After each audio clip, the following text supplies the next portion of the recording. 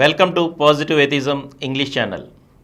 Today I am going to continue the chapter Faith and Superstition from the book The Republic of Reason written by Dr. Narendra Dabholkar, an anti-superstition activist and rationalist. You are aware that in Islam, marriage is a contract while amongst Hindus it is a sacred religious right. Whatever it may be, our constitution provides for maintenance to be given to a woman when her husband divorces or abandons her. However, the Muslim mullahs and Maulvis argue that marriage being a sacred right for the Hindus, a Hindu woman accepts her man, be he a gentleman, a drunkard, or a brute kicking her all along. On top of it, she prays for being his wife in the next 7 births to come. But for us, as per our book, marriage is simply a contract like the one between a landlord and his tenant, both parties being free to end it whenever necessary to do so. Such being the nature of their religion and marriage, Muslim men do not owe any maintenance to their divorced wives. This argument is nothing but humbug. But Rajiv Gandhi succumbed to it and changed the law to deprive Muslim women of the legitimate right granted to all women by our constitution. After this, an argument ensued between Andhashraddha Nirmoolan Samiti workers and the Maulavis. We argued that this attitude of theirs will bring 5 crore Muslim women onto the streets to demonstrate and demand their right. They said they could care less. As citizens of this country, we do care, we told them. Beware, they warned us. We are not going to tolerate any meddling into our faith in our religious books. Let us take one more example, this time from the Hindu community. The annual conference of the eminent writers of Maharashtra, Sahitya Sammelan, is a well-known platform for cultural development and reform. In 1994, the conference was held in Kolhapur. It was inaugurated by lighting a lamp in front of a photograph of the Gajanan Maharaj of Shegan. The biography of this Maharaj is available for anyone to know what kind of a man he was. It says that he had performed a number of miracles, no verification of which is now possible since he is not alive anymore. His biography also reveals that if he was clothed in rich garments, he could throw them away and run round naked. He would kick a plateful of delicious offered to him and pick up bits of food from a dump of rubbish. He would not bathe for days and constantly smoke a chillam. To any question from any person, he would answer, Gana Gana Gana Ganat Bote, whatever it means. Now, a person of such nature who was not able to clean, feed, and clothe himself like a normal human being could not give any sermons because he could make only the unintelligible sounds mentioned above. How could such a person inspire the progressive platform of the eminent literary persons? And to add to it, many Maharashtrians were angry that such a question was ever raised by anyone. They had firm belief in this Maharaj of Shegan and would not tolerate it being questioned or even discussed by anyone and would never do so by themselves. This amply shows how difficult it is to distinguish between faith and superstition. Why insist on criticism? People wonder why we insist on examining everything. Yes, Andhashraddha Nirmoolan Samiti does insist on examining everything because such insistence alone can bring about human progress. Let us see how. Thousands of years ago, the primitive man lived in forests.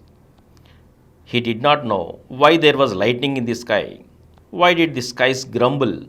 Why did it rain cats and dogs? Why did fires break and burn whole forests? How did volcanoes prop up? And who makes storms and earthquakes?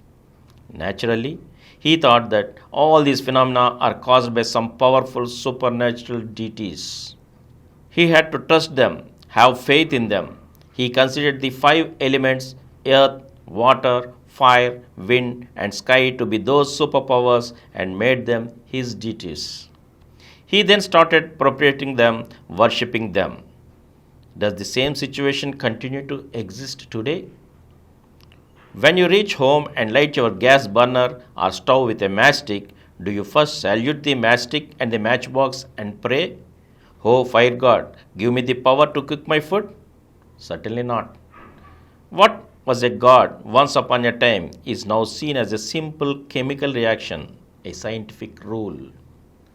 The whole history of mankind is nothing but the history of examining faiths. Had the faiths remained unexamined, today's human culture could never have come into existence. During the whole human history, whenever any new thinking occurred, it shook the old faiths. But these shocks proved beneficial. The Copernican revolution was one such shock. It revealed to us that our age old notion that the earth is the center of the universe and the whole universe revolves around it and in fact exists for the sake of us is false. We realize that in fact our galaxy is one of the thousands of such galaxies while our sun is just one of the 200 billion suns and our earth is one of the 9 planets revolving around the tiny sun that is ours. This knowledge changed the outlook of man completely. Now, we do not accept the old notion propagated by almost all religions that some supernatural powerful being created human beings. We know that the man came into being as a logical developmental stage in the course of evolution of life. This has added a new dimension to the life of a man. It means that human beings examined their face and changed themselves thereby. This enabled them to gradually acquire control of the universe. Faiths that change with progress are not necessarily regarding science only, they could also be in the field of social structure. There was a time when the king used to be the God incarnate. You have nowhere to go when the king beats and the storm strikes, as the saying goes. It means that these phenomena are controlled by supernatural power and not by man. Today, we are aware that most societies have discarded this concept regarding the king. He too is a citizen now and equal before the law like all other citizens. This new stance is the result of examining the old concept, the king can do no wrong. This progressive step brought about a change in our social structure. Democracy is certainly a step ahead of monarchy. Thus it is necessary to examine faiths in the field of social structure too. However, human societies tend to oppose any examination of their faiths, cling to their belief in the book or the word, tolerate no criticism, and maintain status quo at great cost. This human tendency makes it difficult to distinguish faith from superstition. And from here, I shall continue in the next episode again. Thank you.